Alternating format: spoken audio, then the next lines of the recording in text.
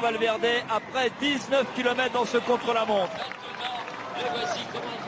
On le disait fatigué à la sortie des Pyrénées, on disait qu'il avait limité les dégâts avec son expérience, mais il semble se confirmer qu'Alejandro Valverde, que l'on vient de quitter, est fatigué. En tout cas, il a 58 secondes de retard désormais sur Thibaut Pinot. Mais l'homme du jour, c'est peut-être bien Jean-Christophe Perrault. Le voici en action, Jean-Christophe.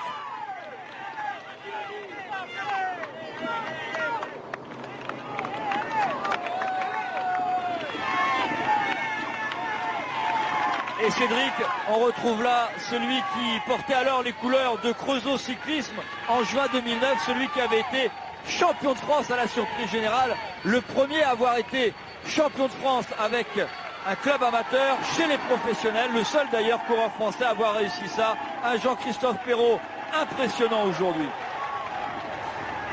Effectivement, un Jean-Christophe Perrault impressionnant, à la hauteur du rendez-vous. Il y a un podium du Tour de France qui se joue et Jean-Christophe Perrault, depuis le départ aujourd'hui, a une fréquence de pédalage impressionnante. Il est en train de monter encore en puissance. Il n'a pas besoin de se mettre en danseuse pour relancer, il joue simplement un peu du dérailleur pour garder une bonne vitesse de jambes. Il est encouragé en permanence par Vincent Lavenu et même les légers faux plats, notamment celui qui vient de passer, ne le ralentissent pas. La vitesse est impressionnante. Évidemment, c'est difficile de comparer le temps de Jean-Christophe Perrault avec un spécialiste comme Tony Martin, mais Jean-Christophe Perrault est parti pour réaliser le contre-la-montre de sa carrière aujourd'hui.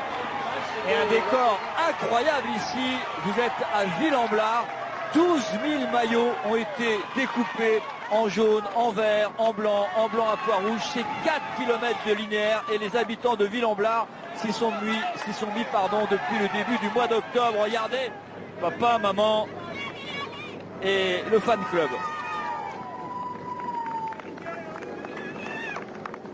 Et le fan club a un nom, ce sont les Cannibali. Pas mal, ça résume bien Vicenzo sur ce Tour de France.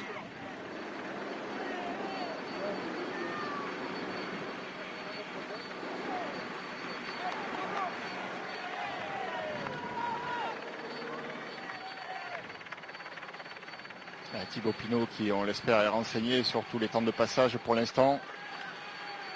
C'est important de savoir qu'on est bien parti, qu'on est dans l'allure. On peut douter parfois, évidemment ça fait mal aux jambes, on a l'impression d'être à bloc.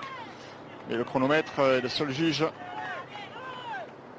Et après être passé donc au premier point intermédiaire, il a pu remarquer qu'il n'était pas si mal.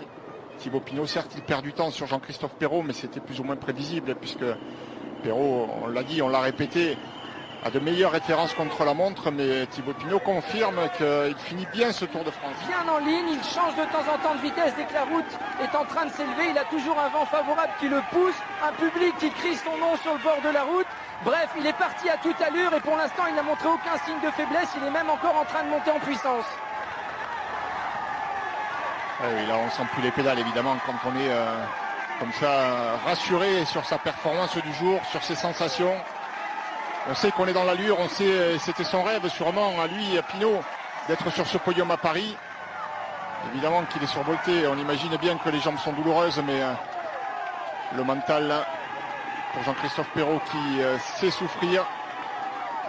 C'est un effort d'ailleurs, le contre-la-montre, qui s'apparente pas mal à celui